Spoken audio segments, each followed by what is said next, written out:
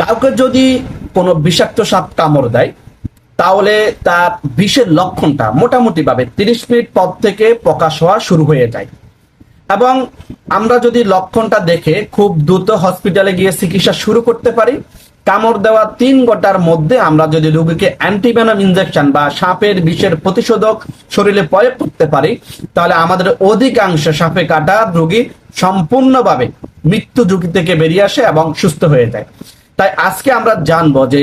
একজন মানুষকে বিষধর সাপে কামড় দিলে কি কি লক্ষণ দেখা দেয় বা আমরা কি কি লক্ষণ দেখলে বুঝবো যে এই ব্যক্তিকে বিষধর সাপে কামড় দিয়েছে। আমরা গত ভিডিওতে আলোচনা করেছি যে সাপে কামড় দিলে আমাদের করণীয় কি এবং কি কি কাজ একেবারে করা যাবে না। তার ধারাবাহিকতায় আজকে আমরা জানবো যে বিষের লক্ষণগুলো কি কি। বিষের অনেকগুলো লক্ষণ থাকতে পারে, তার ভিতর থেকে গুরুত্বপূর্ণ লক্ষণগুলো আজকে আপনাদের সামনে বলবো, যেগুলো দেখলে অবশ্যই বুঝবেন যে এনাকে বিষধর সাপে কামড় দিয়েছে। এর ভিতরে অন্যতম হচ্ছে যেই লক্ষণটা আমরা সকলেই চিনি বা জানি, তা হচ্ছে সাপে বিষধর সাপে যেই জায়গায় কামড় দিবে সেখানে দাঁত, এই যে দাঁতের দুটো দাগ বসে যাবে ক্লিয়ারলি, যেটা আপনারা ফটোতে দেখতে পাচ্ছেন। তবে সকল ক্ষেত্রে এই দাগ নাও থাকতে পারে। বিষধর সাপের কামড়ের জায়গায় খুব বেশি তীব্র ব্যথা হতে পারে, খুব বেশি ফুলে যেতে পারে,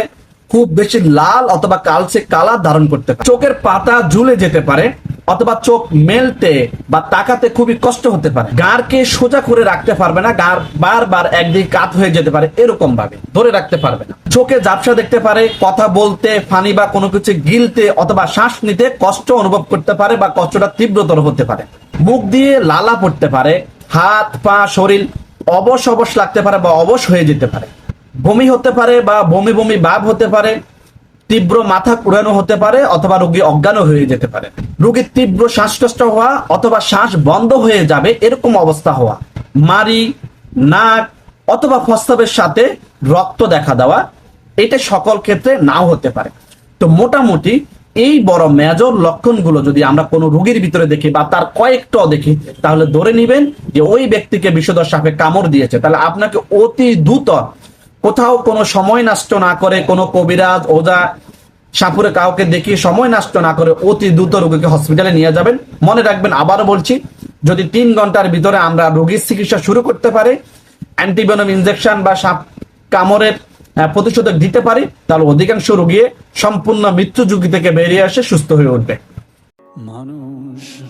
মানুষের জন্যে,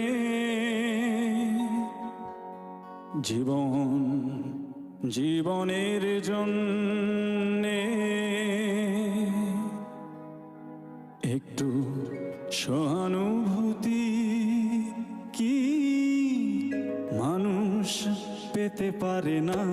ও বন্ধু, মানুষ মানুষের জন্যে জীবন